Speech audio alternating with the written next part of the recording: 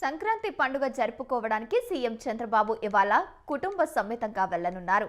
నేటి నుంచి 4 రోజుల పాటు తన సొంతూరైన చంద్రగిరి మండలం నారావారిపల్లెకు బస చేయనున్నారు. విజయవాడ నుంచి రాత్రికి సొంతూరుకు వెళ్లనున్నారు. ఆయన 15 వరకు గ్రామంలోనే ఉంటారు. ఈ సందర్భంగా 140 కోట్లతో శంకుస్థాపనలు, 20 కోట్లతో ఏర్పాటు చేసిన అభివృద్ధి పనులను సీఎం ప్రారంభించనున్నారు. చంద్రగిరి మండల ప్రజలకు సాగునీరు, తిరుమల, తిరుపతికి తాగునీరు అందించేందుకు నివా బ్రాంచ్ కెనాల్ను, కళ్యాణ్ డ్యాంకు కృష్ణా జలాలను తీసుకురావడానికి 126 కోట్లతో మూలపల్లి చెరువు వద్ద మంగళవారం శంకుస్థాపన చేస్తారు. అలాగే కుటుంబ సభ్యులు, గ్రామస్తులతో సీఎం గడపనున్నారు.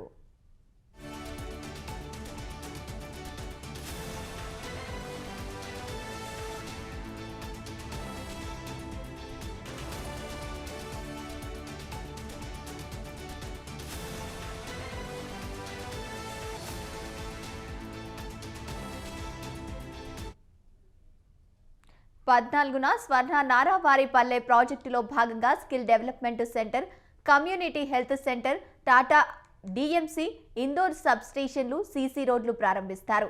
రంగంపేట, భీమవరం నుంచి లింగేశ్వర ఆలయానికి వెళ్లే తారు రోడ్డు, యానిమల్ హాస్టల్, డిఆర్డీఏ ఆధ్వర్యంలో మహిళలకు ఈ ఆటోను పంపిణీ చేస్తారు.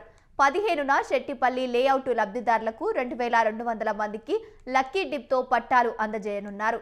ఇక మంత్రి లోకేష్ కూడా షిరిడీ నుంచి సోమవారం రాత్రి 8:45 రేణిగుంట విమానాశ్రయం చేరుకొని రోడ్డు మార్గానికి నారావారిపల్లెకు చేరుకోనున్నారు.